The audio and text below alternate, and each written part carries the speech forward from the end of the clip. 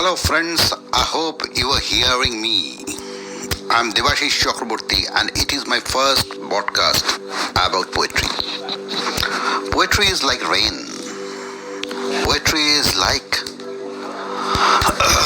the death and the fight against death.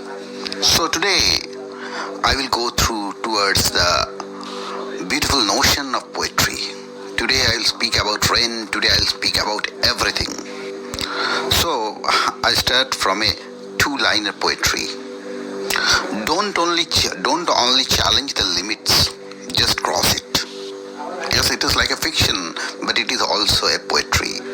I repeat, second time, don't only challenge the limits, just cross it.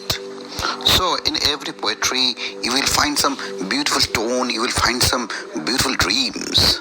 Once a great poet, one of my favorite poet said a thing. For whom the bell tolls, the line of John Donne. I answered that question. For poetry, bell tolls. So I will go towards my next poetry. And my next poetry is very interesting. It is about watching. It is about seeing. What do we see? What do we truly see with our two eyes? What do we truly see with our two eyes? Does a butterfly of untold stories flutter around the edges of our vision? Does the light in our eyes preserve those unspoken words that were never voiced before? The important thing is the unspoken words which are never voiced before. You have to tell your frozen words. Poetry gives us a lightness like a bee. We can fly, lightness like a butterfly, we can fly. We can touch the dreams with the help of poetry. So poetry is omnipotent. In today's reality, when we watch so many depressions, when we watch so many suicides, when we watch so many uncanny things, so many abject things, so many in that situation, poetry is like a path. If you travel with that path, I assure you, my friend, depression don't touch you. If they touch you, they didn't do any harm. So if you want to give a farewell to the depressions, think about poetry. Touch the poetry and fly again. So my third poetry is another thing. It is about death and love. The name of the poetry is Death and Love. In the depth of sleep, the call of death echoes forth. I realize in this dense green, a venomous snake lies hidden. Just as between you and me, a third one is concealed. Just as between you and me, a third one is concealed.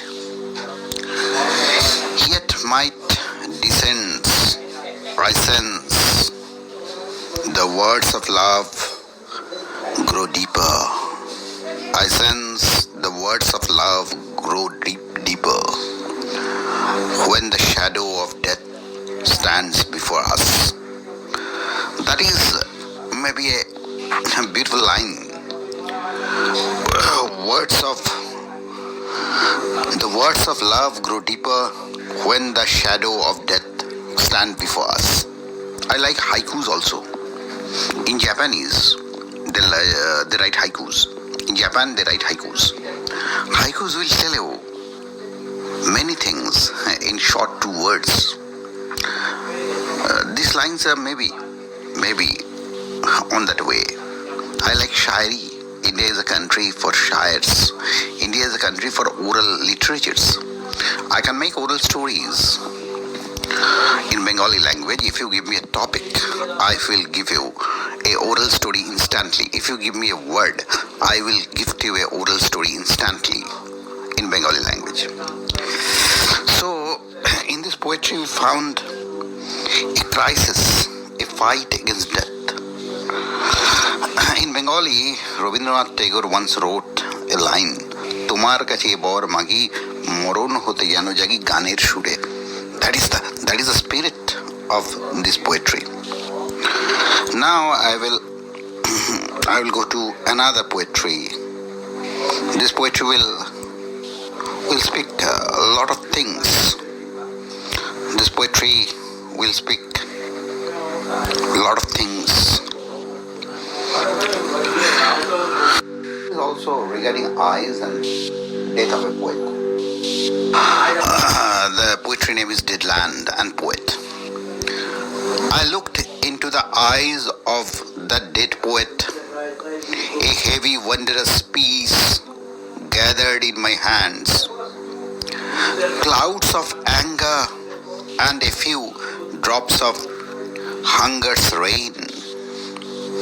Now I stand above the land of death. Echo of Buzz soft thumb. Wreath is between my feet. Countless served heads around. The flesh of dreams still fresh with the blood of hearts. Far off beneath a withered banyan tree, a gaunt, half-dead horse stares with icy eyes. Perhaps it craves a bit of food, no trace of war scars, no mark of genocide. Yet, why does the stench of burning flesh still linger in the air? No words on the poet's face, only living fleas settle on the cheeks of the dead poet. In the land of death, the bars with life, the fleas resettles, eager to land on the cheeks of every dead dream. So here, dream is important. Without dream, we cannot do anything. Without love, we cannot do anything. So we say that love is a weapon by which we can conquer the world. You remember those poets who are in war. I will depict that story. In First World War, the soldiers write poetry on their guns, on their barracks, on their trenches. So, Dead Land and Poet is a story. Here some reference is peculiar with Indian context. Ekolabbo. Ekolabbo is an Indian fighter. He gifts his thumb finger to his master mentor. So Ekolabbo is a character from Mahabharata. So poetry can speak many things. Today is a day of poetry, and I will explain every poetry with my passion, with my glory, with my all agonies. My last poetry is darkness and rain. A dense darkness calls out now and then. At that moment, I feel as I beloved words are perhaps waiting like death itself. At that moment, I feel as if beloved words are perhaps waiting like death itself. Perhaps they are gazing at you.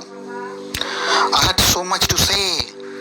Words about you meant to be drenched in the wild rain of August. This August has seen on the taro leaf raindrops linger like a child's tear. At the time your lipstick